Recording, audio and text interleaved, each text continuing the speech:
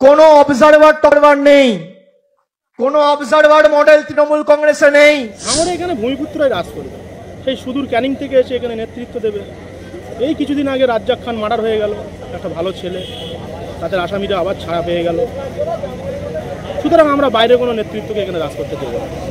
শওকত মোল্লার বালের যোগ্য কাজের একটা এই আহসান ভাই এ হচ্ছে একজন রেজিস্ট্রেড মাতাল, এর কথায় গুরুত্ব না দেওয়াই ভালো।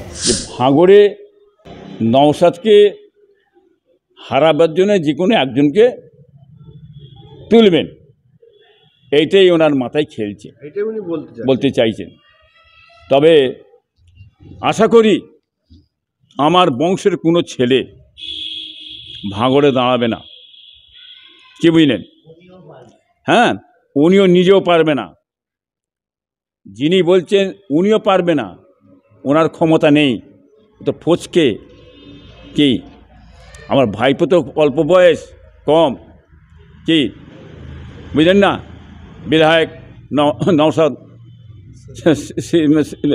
মানে পীরজাদা নওশাদ সাহেব, তিনি ভাঙড়ের বিধায়ক হয়ে আছেন। হ্যাঁ, তেনাকে হারাবার জন্যে আপনার অন্য পীরজাদাকে দাঁড় করিয়ে দেবেন, দেখেন চেষ্টা করে। আমি ইনশাল্লাহ বলে ভবিষ্যৎ করে বাণী করে দিচ্ছি, ওখানে কেউ দাঁড়াবে না, কোনো পীরজাদা দাঁড়াবে না আমার বংশের। হ্যাঁ, উনি দাঁড়াতে পারেন, ওনাকে দাঁড়াতে বলুন, দেখি কেমন মায়ের দুধ খেয়েছে, কত বড় হিম্মত আছে। ক্ষমতা থেকে দাঁড়াও ভাইপের বিষয়ে, দাঁড়াবার ক্ষমতা আছে, কেতিয়ে পড়ে যাবে, পাশে উল্টে পড়ে যাবে। ওই ভাঙড়ের কোনো মানুষ তোমার মুখের দিকে দেখবে, চেয়ে দেখবে না, ঘৃণা করে তোমাকে। এখন সারা রাজ্যের মানুষ সেটা ভাবছে, তাই না? বলো, আমি যেখানেই যাচ্ছি সেখানেই থেকে মানুষ বলছে, বা বিভিন্ন জায়গা থেকে ফোন আসছে, ভাইয়ান আপনি ভাঙড়ের বিধায়ক নয়, আজকে রাজ্যের বিধায়ক হয়েছে। আপনাদের দুয়া আশীর্বাদ ভোটে আমি নির্বাচিত হয়ে গিয়েছি আইনসভার মধ্যে। এখন শুধুমাত্র আমি ভাঙড়ের বিধায়ক হয়ে থাকছি না, এখন রাজ্যের বিধায়ক আপনারাই আমাকে বানিয়ে দিয়েছেন। ফলে কি হচ্ছে, রাজ্যের যেখানে অন্যায় অনাচার সেখানেই আমাকে ছুটে যেতে হচ্ছে। কখনো দিনাজপুর, কখনো বীরভূম, কখনো পুরুলিয়া, কখনো এই দক্ষিণ 24 পরগনা প্রত্যন্ত গ্রাম, কখনো উত্তর 24 পরগনা মেদিনীপুর থেকে শুরু করে রাজ্যের যেখানে অন্যায় সংগঠিত হচ্ছে সেখান থেকেই ফোন আসছে, ভাইজান আপনাকে একবার আসতে হবে, আপনি না আসলে আমাদের এই সমস্যাটা সমাধান হবে না।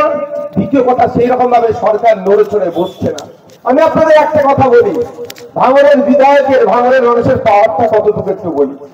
আপনি কদিন আগে, বেশ 6 মাসের আগ থেকে শুরু করে 6-8 মাস ধরে কলকাতার, ওয়েস্ট বেঙ্গলের ঐতিহ্যশালী কলকাতার বুকে 3টে ক্লাব আছে, শতাব্দী প্রাচীন। তার মধ্যে 135 বছরের একটা প্রথম ক্লাব ঠিক দেখা যাবে মোহনবাগান, ইস্ট বেঙ্গল। 3টে ক্লাব শুধু ওয়েস্ট বেঙ্গলের গর্ব নয়, দেশের গর্ব এটা। তো ওই মহামারান স্পোর্টিং ক্লাবের দুরবস্থা চলছে, ফিফা ব্যান লাগিয়ে দিয়েছে, কেউ দুটো কথা বলেনি, সব মুখে কুলু বেঁধেছিল। যখনই ভাঙড়ের বিধায়ক মহামারান স্পোর্টিং ক্লাবের কথা বলতে শুরু করলো, রাজ্য সরকার পর্যন্ত নড়ে চড়ে বসছে। This is the power. এটা হচ্ছে ভাঙড়ের বিধায়কের পাওয়ার, ভাঙড়ের মানুষের পাওয়ার। আজকে নড়ে চড়ে বসেছে, হয়তো ফিফার ব্যান কিভাবে উঠে সেটা নিয়ে আলোচনা করবে। তাহলে এতদিন আলোচনা করার সময় হয়নি। তাহলে মহামারান ক্লাবের ফ্যান ফলোয়ার্সরা ঘুরে ঘুরে দেখেছে যে কার কাছে গেলে ওই যে ওষুধটা দেবে রোজে কাজ হবে। কার কাছে ঘুরে এসেছে? 293টা এমএলএ কাছে যায়নি, একমাত্র আপনাদের এমএলএ এর কাছে এসেছে, যেখানে গেলে ইনি যে ওষুধটা দেবে সে ওষুধের কাজ হবে। তাই আমাকে ছুটতে হচ্ছে।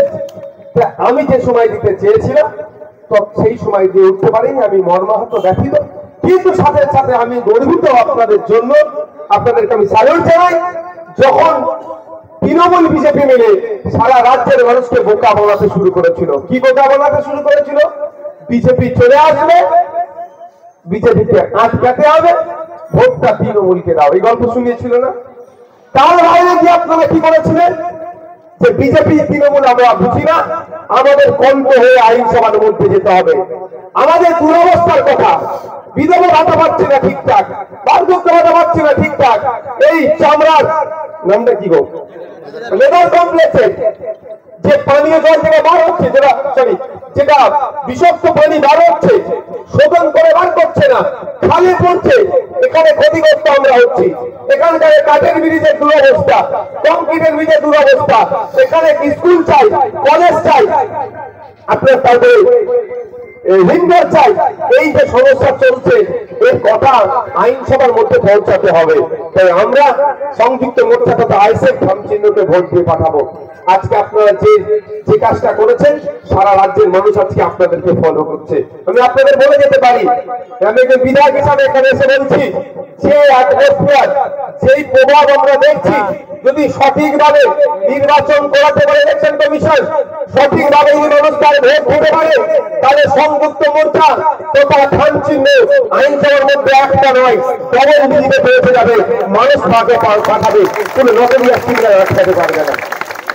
এর মানুষ বুঝতে পারছে আমার এই বললেন লোকের অভাব, বলতে হবে।